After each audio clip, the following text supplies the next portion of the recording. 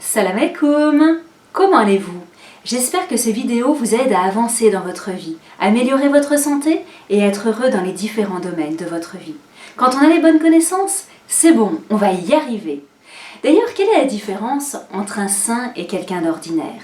Ce sont les connaissances qu'il a et qui vont lui permettre de voir ce monde de manière différente.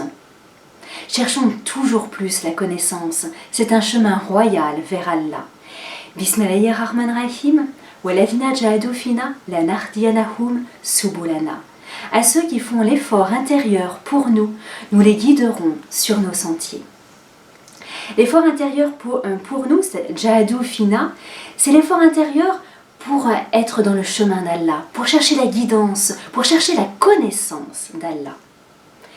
Nous parlions de la paix pour attirer avec puissance ce que l'on veut. Vivre dans le salam, à l'islam, la paix à chaque instant. L'important, c'est d'aller vers le bonheur, la plénitude, car c'est remercier Allah.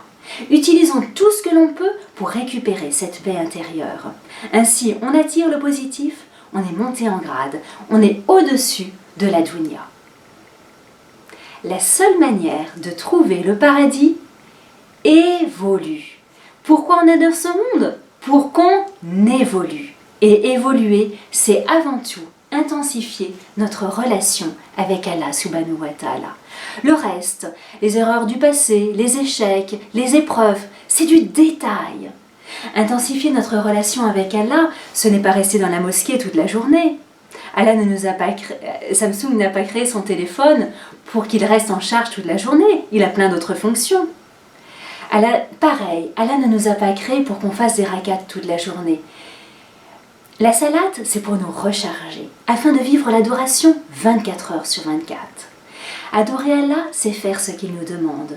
Vivre, bouger, servir en ce monde, donner, être généreux, chercher la connaissance, déployer les dons qu'Allah nous a donnés. Si on évolue, on trouvera le bonheur sur notre chemin et le négatif partira très rapidement. Tout ce que l'on vit, dépression, maladie, problèmes qu'on rencontre, nous rappelle qu'on a intérêt d'évoluer. Soit je comprends, ce chemin que j'ai pris me conduit à l'enfer, et donc je choisis de changer de direction. Soit je ne comprends pas, je ne me pose pas de questions, je réitère sans cesse les mêmes fonctionnements, et donc je souffre. Cette vie est une école. Ce que l'on ne comprend pas par la sagesse, on le comprendra par la souffrance. N'ayons pas peur de tout remettre à zéro, de tout remettre en question. Bismillahirrahmanirrahim. Inna la yughayyiru ma biqawmin hatta yughayyiru ma bi anfusihim. Allah ne changera pas la destinée de son peuple tant qu'il n'aura pas changé son intérieur. À nous aussi de changer notre intérieur.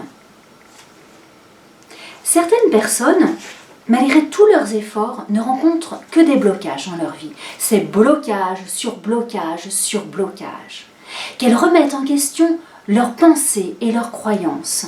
Si je ne suis pas heureuse dans tous les domaines de ma vie, c'est que j'ai un problème dans mon adoration. Allah nous a créés pour être heureux. L'ennemi vient de l'intérieur. Ce sont nos pensées, notre manière de voir le monde. L'extérieur est à notre service. Bismillahirrahmanirrahim. Wa saraha lakum ma fi samawati wa ma fil ard. Sourate l'agenouillé, verset 13. Est-ce ton passé qui te hante? Le passé est fait pour être dépassé. C'est un problème quand le passé devient présent. Concentre-toi sur ce que tu prépares pour demain.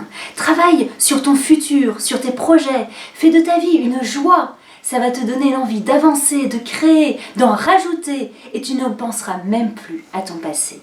Et n'oublions pas que notre cerveau ne fait pas la différence entre le passé, le présent et le futur. Pour lui, tout est présent. Donc, à chaque fois que tu penses au poids de ton passé, tu le réactives, tu réanimes, tu réveilles la souffrance. Et à chaque fois que tu prévois le bien, c'est comme si tu le vivais déjà. Et en plus, notre cerveau ne fait pas la différence entre le réel et l'imaginaire. À nous d'utiliser cela à notre avantage. Est-ce l'angoisse d'être sous l'emprise de mauvais œil ou de magie qui te hante? Allah a créé l'homme parfaitement libre. Allah a mis l'homme au-dessus de toute la création et l'a fait khalifa. Il a demandé aux anges de se prosterner pour Adam. Allah nous a donné le système complet du bonheur, c'est-à-dire l'islam. Comment en même temps pourrions-nous être aussi fragiles ? Personne n'a les clés pour entrer dans notre vie. Je ne peux être sous emprise de personne. Sinon, expliquez-moi comment Allah nous jugera au jour du jugement dernier.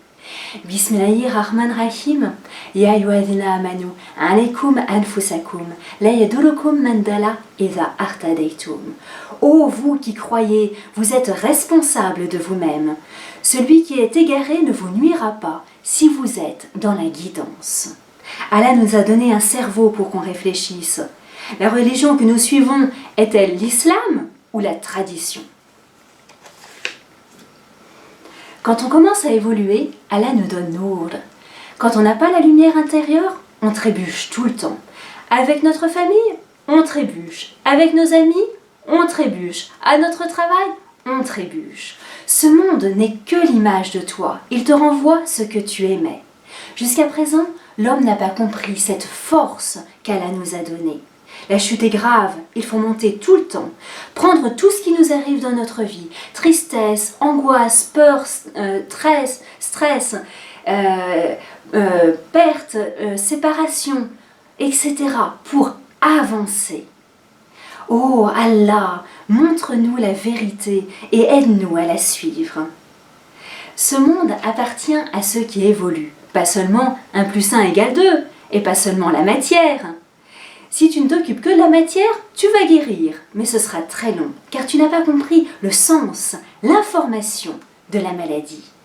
Tout est un message pour qu'on évolue. On disait la dernière fois que le monde est programmé dans le salam, mais si je ne suis pas dans le salam, je ne peux pas recevoir. Si mon cœur est rempli de doutes, de suspicions, de regrets, de rancunes, de peurs, je ne peux pas recevoir l'abondance accordée par Allah. Si tu es en colère, repose-toi. Si tu es debout, assis-toi. Si tu es assis, allonge-toi. Ne laisse pas la colère t'envahir. Efface tout de suite le négatif et pardonne. À tout moment, maîtriser nos émotions. Quand on sait réagir dans la colère, quand on sait réagir face à la perte d'un proche, face aux frustrations de la vie ou aux peurs anciennes, on est monté en grade. C'est nous-mêmes qui dirigeons notre vie.